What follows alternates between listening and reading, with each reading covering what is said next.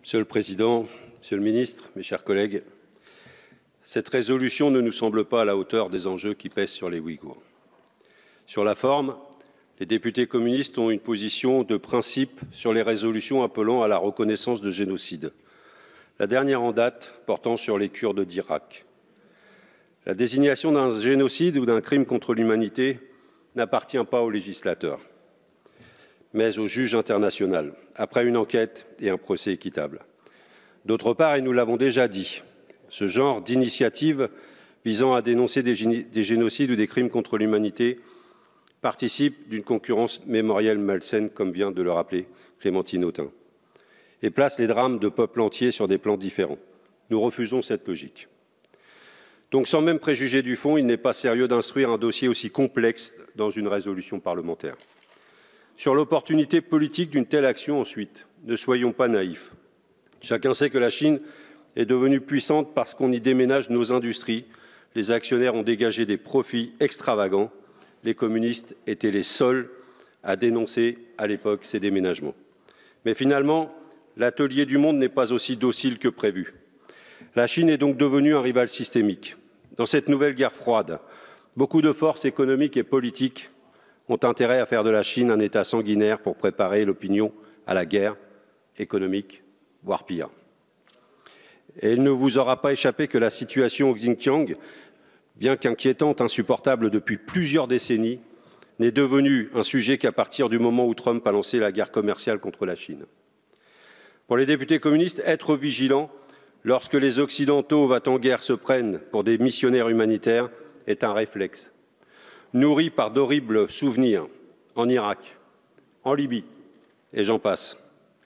Mais attention à la confusion. Dénoncer ces méthodes n'est pas soutenir la Chine. Nous refusons ce piège binaire. Sur la question judiciaire, enquêter avant d'accuser, voilà l'objet.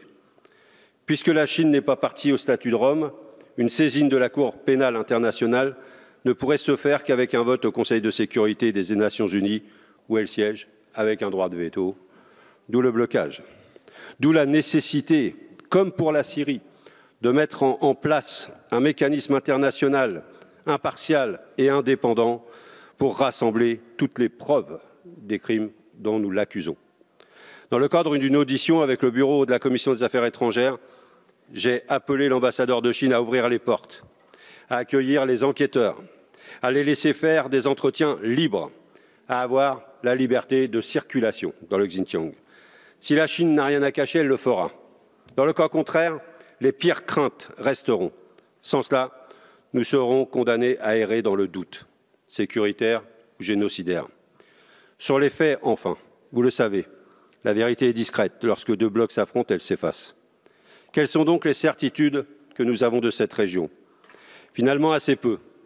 Il semble établi que la réponse de l'État chinois a été extrêmement féroce face aux tensions ethniques, aux nombreux attentats mortels, au risque de l'importation dans la région des conflits des pays frontaliers du Xinjiang, comme le Pakistan et l'Afghanistan.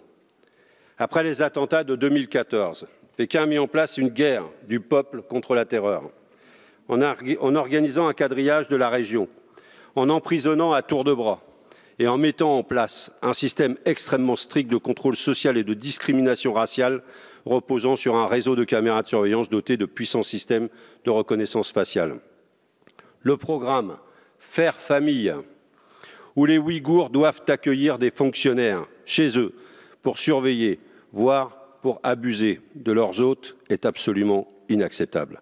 Nous dénonçons également fermement l'acculturation forcée des minorités en cours depuis 50 ans. La question de l'existence de camps et de travail forcé est elle aussi d'une extrême gravité. Le gouvernement chinois assume d'ailleurs leur existence. Mais c'est sur ce qui se passe à l'intérieur et sur le nombre de personnes internées que les informations manquent. Rétention d'un côté, camp de concentration de l'autre. De quelques centaines de milliers de personnes à plusieurs millions, 6 millions, c'est évidemment insupportable. Mais les écarts de chiffres témoignent d'informations très partielles et donc sujets à caution. Mais ce qui est certain, c'est peut-être une certaine suffisance d'être le nouveau leader du monde qui aveugle la Chine. L'ambassadeur de Chine nous a même dit que les Ouïghours qui résistaient à leur politique étaient anti-chinois et qu'ils n'étaient donc pas dignes d'être citoyens. Pourtant, nous le disons fermement, il ne peut y avoir de sous-peuple. Le choix des députés communistes a été longuement réfléchi. Notre vote sera l'abstention. Pour certains, ce sera un vote pour cette résolution. Pour dire à la fois notre méfiance sur les intentions derrière cette campagne, tout en exprimant notre solidarité avec chaque peuple opprimé du monde et avec le peuple ouïghour. Merci, Monsieur le Président. Mes chers collègues, Monsieur le Ministre, on a bien noté les réserves que vous avez et le discours, et les discours qui ont été prononcés par le Président de la République et par vous-même, et par certains d'entre vous. Ces discours condamnent fortement, à juste titre, les actes qui sont commis en Chine et au Xinjiang. Mais à un moment donné, il faut passer des discours aux actes. Et aujourd'hui, nous restons dans la situation du déclaratif. Passer du discours aux actes, c'est juger, trouver les coupables et condamner les coupables, les arrêter et les condamner. Évidemment, ça ne se fera pas en Chine. Mais ça pourrait se faire en France, s'ils mettaient les pieds sur le sol français. Mais nous ne pourrons pas le faire en France.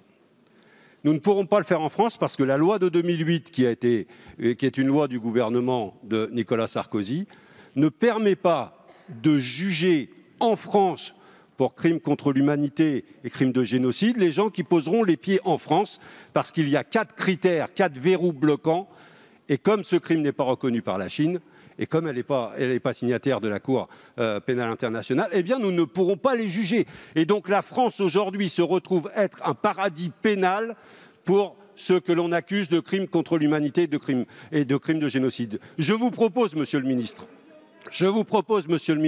outre la sagesse, de dire tout de suite à l'Assemblée nationale que cette loi va être revue et que ces 4 verrous vont être supprimés pour que, pour tous les pays et pour tous les peuples, les crimes contre l'humanité et les crimes de génocide pourront être jugés dans notre pays comme il se doit.